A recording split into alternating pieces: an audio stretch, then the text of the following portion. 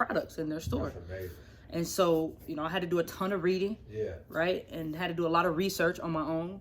So I did that research and I found out, well, in order for you to potentially get a product in Walmart, you have to talk to this person, a particular, I don't know what that title is today, Right. but whoever carries this title at your local Walmart, that's who you need to go talk to. Wow. So I went to Walmart. I said, I need to talk to this person with this title. Right. Set up a meeting. That, you know, that of course the person wasn't at work that day. So set up the meeting with that person, whoever that person's title was. That once we met with that person, we actually literally met with that person in Walmart. So like literally had to bring our soap to Walmart and just, you know, show them the bottle, had to have our pitch ready. So talk to that person one-on-one. And it was actually that person in Walmart who said, well, there's 8 of us. So I guess there's 8 Walmarts in our region, and they all kind of, whoever these people are that have to carry this title in each of the Walmarts, they meet with each other on a quarterly basis.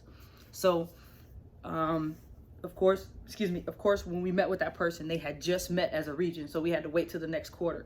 So another 3 or 4 months later, they gave us an opportunity to pitch to their entire region. Okay. And all 8 of them wanted it again, but we just weren't going to make enough money off of it. They all said yes, but you didn't like the profit split. We didn't. They determined that. They did to a degree, because when we went in, we gave them a potential price point, right? So we gave them an MSRP, I think is what it's called, right? So we told them that ideally you want to sell it for X, Y, and Z. But they didn't want to sell it for that. And, you know, I mean, Walmart is Walmart. They wanted to bring it down tremendously. And bringing it down, that negotiation, it wouldn't have worked for us. And the main reason why it wouldn't have worked for us is because they weren't going to buy our product in mass quantity, right? So they were, at the time, we probably had about 8 different fragrances. And so it wasn't like they were going to buy 1,000 bottles of all 8 fragrances. We could have worked with that, right? You got 8 Walmarts buying 8,000 bottles at a time. We could figure that out. But they were only going to buy 5, 10. It wasn't going to be a lot. You know, they wanted to test it out in stores and see how it went and things like that. And so, I don't know, we just walked away from it. Right. So, walked away from that, but still wanted to have our product in the store. So, we spent a summer, I don't even know what year it was. We spent an entire summer driving back and forth to Milwaukee. Okay. Right. So we had kind of, what's the word I'm looking for? Exhausted our warm market in this area. Okay. Right. So we had decided to start going outside of our immediate surroundings, Rockford, Freeport, Belvedere, Chicago even, and started to get out of our immediate surroundings. So we spent this summer like traveling to different trade shows across the country. So I went to Indianapolis to do a trade show to, again, try to not necessarily go to a Walmart, but trying to get our product in other beauty supply stores or just other mom and pop shops. Yeah. I went to Atlanta that summer doing the same thing, trying to get our product in somebody's mom and pop shop. And then we were driving back and forth to Milwaukee. So we did that for a summer, and during that time, just realizing that if we want our product in the store, then why don't we just open our own store and put our products in that store? Well, it sounds good, but nobody's going to want to come into a store just for our liquid black soap, right? That's just not feasible. Right. So we decided to marry our product with the beauty supply store industry, right? Okay. Sisters like wigs, sisters like braids, they like crochet hair, they like weave, right? So if we sell all those traditional products that are in a beauty supply store, then we could just put our product on our shelves, which is exactly what we did. So we opened a beauty supply store and literally have thousands of other products on the shelf. But you go into our store and there's a section with Keishonda's Beauty, you know, it's called Keishonda's Beauty Supply, and in there is Keishonda's products, our soap, our lotion, our shampoo, our conditioner. We probably got like 59 different products at this point. We put them in our store, so forget a Walmart. We just put them in our own store. That's amazing. So that process took about 2 or 3 years. Okay. We opened our store in February of 2019. Okay. And our store has 2 levels, right? So the second level, we weren't really making any money from it. It's up there, and we're paying rent on it, but we're not making any money off of it. So we were thinking like, well, what can we do with our store from 9 to 5 that we can make money? Right. There's nothing we can do, right? Children are at school, parents are at work.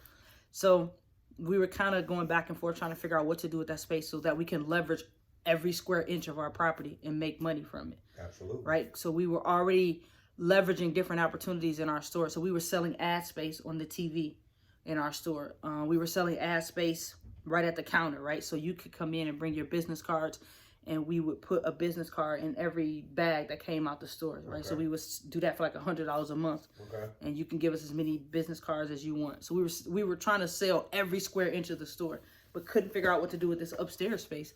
So I ended up coming across the curriculum that we are currently using for our school. And at that time, we decided to pull our daughter out of private school because I was like, man, this is perfect. Like, I want to pull her back out of private school and continue to homeschool her for the rest of her career.